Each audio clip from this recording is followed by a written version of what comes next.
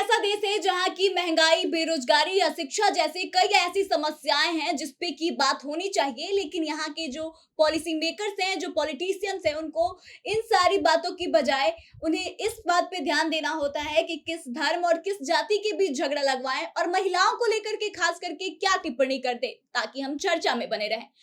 दरअसल आपको बता दें कि राजद के एक बड़े विधायक और लालू प्रसाद यादव के बेहद करीबी बताए जाने वाले एक राजनेता ने एक ऐसा बयान दिया है जिसको सुनने के बाद आप भी सोचेंगे कि क्या वाकई में महिलाओं के लिए इस देश में कोई जगह है या नहीं। क्या महिलाओं के हर एक चीज से इस देश के लोगों को समस्या होनी चाहिए? क्या महिलाओं के हर एक पहनावे से, उनके लिपस्टिक लगाने से, उनके हेयर कट से को मुद्दा बनाकर आखिर क्या साबित करना चाहते हैं यहाँ के लोग? क्या महिलाओं को जीने का अधिकार नहीं है? हम ऐसा क्यों कह रहे हैं, आप समझ रहे हैं। जैसे कि ने पहले ही आपको बताया कि राजद के एक बड़े विधायक की तरफ से यह कहा गया है कि महिलाएं लिपस्टिक लगाकर और बब कट हेयर अगर कराकर चली जाती हैं नौकरी करने, तो आप समझ ही रहे हैं कि क्या होगा।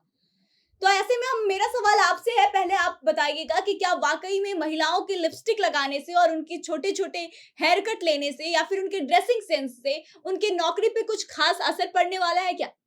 तो आइए आपको पहले उनका पूरा बयान एक बार बता देते हैं।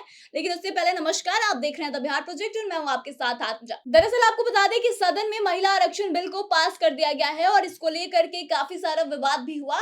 यहाँ तक कि राजद की तरफ से यह मांग किया जा रहा है कि यह जो आरक्षण दिया जा रहा है उसमें भी पिछड़ी जाति की महिलाओं के लिए अलग से आरक्षण दिया जाए। इसको लेकर के पहले भी राजद की तरफ से एक विवादित बयान दिया गया था। उसको पहले आपको बता देते हैं। राजद के एक विधायक ने कहा था कि अगर अज्ञानी महिलाएं और अनपढ़ महिलाएं आरक्षण लेके सदन में पहुंच जाएंगी तो क्या होगा।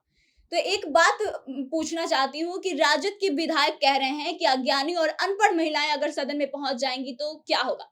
उनसे मेरा सवाल यह है कि वह मेरे को ये बताएं कि राबड़ी देवी कितनी पढ़ी लिखी हुई है या फिर तेजस्वी यादव कितने पढ़े लिखे हुए हैं। उनके पार्टी के जो तमाम बड़े नेता हैं, उनका जो एजुकेशन है वो कहाँ तक है और कैसा है, ये सबको पता है, फिर भी वो इस तरह का स्टेटमेंट देते हैं। वहीं आपको बता दें कि अब इसको लेकर के लालू प्रसाद यादव के बेहद करीबी नेता अब्दुल बारी सिद्दीकी ने महिलाओं पर टिप्पणी कर दी है और उन्होंने कहा है कि अगर लिपस्टिक लगाने वाली महिलाएं या फिर बब कट हेयर वाली महिलाएं नौकरी करने चली जाएंगी तो आप समझ ही रहे हैं कि क्या होगा। साथ ही उन्होंने यह भी कहा कि हम इस आरक्षण को मानते ही नहीं है। सरकार को जो आरक्षण दे रही है उसमें पिछड़ी जाति की महिलाओं को भी आरक्षण मिलना चाहिए अलग से, तभी उनके हक की बात होगी। लेकिन ऐसे में मेरा सवाल आपसे है कि क्या वाकई में महिलाओं के लिपस्टिक लगाने, हेयर कट या फिर ड्रेसिंग सेंस से उनकी नौकरी पे कुछ खास असर पड़ेगा या फिर किसी की जिंदगी पे खास असर पड़ेगा? आप जरूर बताइएगा। साथ ही आपको बता दें कि हमारे देश में महिलाओं को हर तरीके से टारगेट किया जाता है। खास करके पॉलिटिकल लीडर्स तो बहुत बार कर चुके हैं। इससे पहले भी कई नेताओं की तरफ से ऐसे बयान दिए जा चुके हैं। आपको याद होगा कि भाजपा के एक नेता ने बयान दिया था कि अगर महिलाएं छोटे कपड़े पहन के जाएंगी तो ऐसा ही होगा।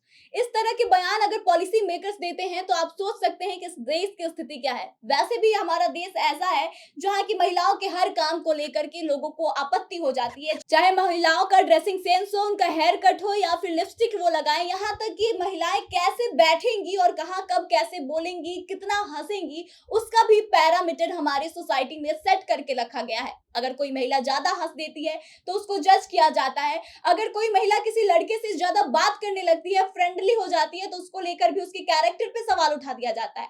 यहाँ तक कि महिलाएं अगर अपने मनपसंद का ड्रेस पहने, उसको लेकर कहा जाता है कि लड़की बिगड़ गई है, लड़की का कैरेक्टर खराब है। और यहाँ तक कि अगर लड़की बैठी होती है या फिर उसका जो पैरामीटर सोसाइटी की तरफ से सेट किया गया है उस तरीके से नहीं बैठती है, तो उसको भी लेकर के तरह तरह के सवाल उठाए जाते हैं। यह हमारे समाज में भी नहीं होता है। अक्सर हमारा समाज इस चीज को ऐसे बना दिया है कि हमारे घरों में भी ऐसा देखने को मिल जाता है कि बहुत बार लड़कियों के हंसने, बैठने, कपड़े पहनने के तरीके पर सवाल उठाए जाने लगते हैं। और सबसे दुख वाली बात तो यह है कि हमारे पॉलिसी मेकर्स, जिनको की महिलाएं खुद चुनती हैं, जिनसे लोगों की एक्सपेक्टेशंस रहती हैं कि वह उनके लिए कुछ करेंगे, वह इस तरह का बयान देते हैं।